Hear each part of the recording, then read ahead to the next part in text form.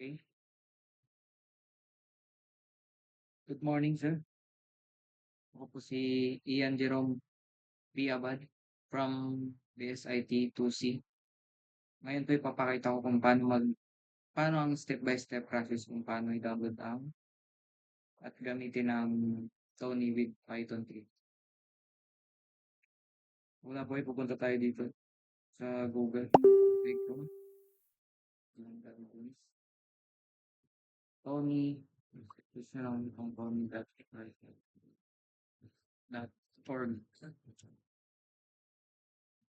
Ayan, may tatlong pagpipilian dyan. Windows, Mac, Office Linux.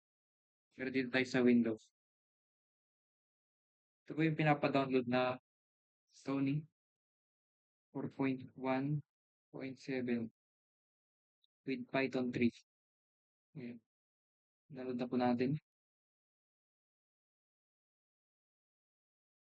Hintin nyo lang po. Ayan. Ayan. Open folder. After po po ma-download dito, i-open nyo natin. Then, click nyo lang. Click next. Next. Agree lang po yung agree. Yan para sa design desktop icon. Yan. Install. And wait nyo lang po. Hintayin lang natin matapos ng installation.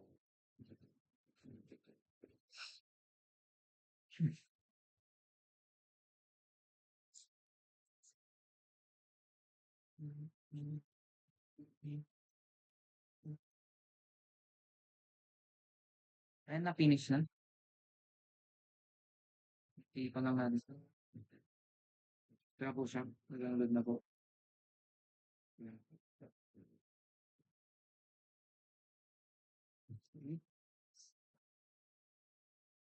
Save lang po natin yung file.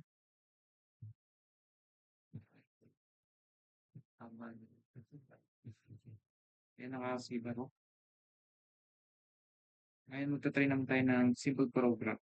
Una, print hello world.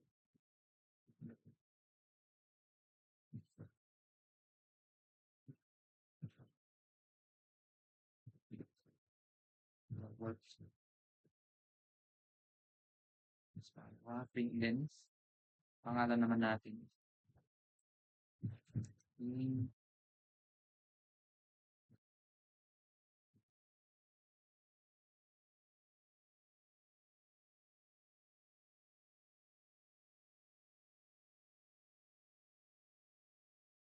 Pitutin lang po natin itong run.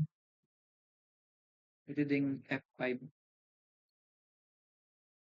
Ano po yung naran natin? Hello world at pangalan ko.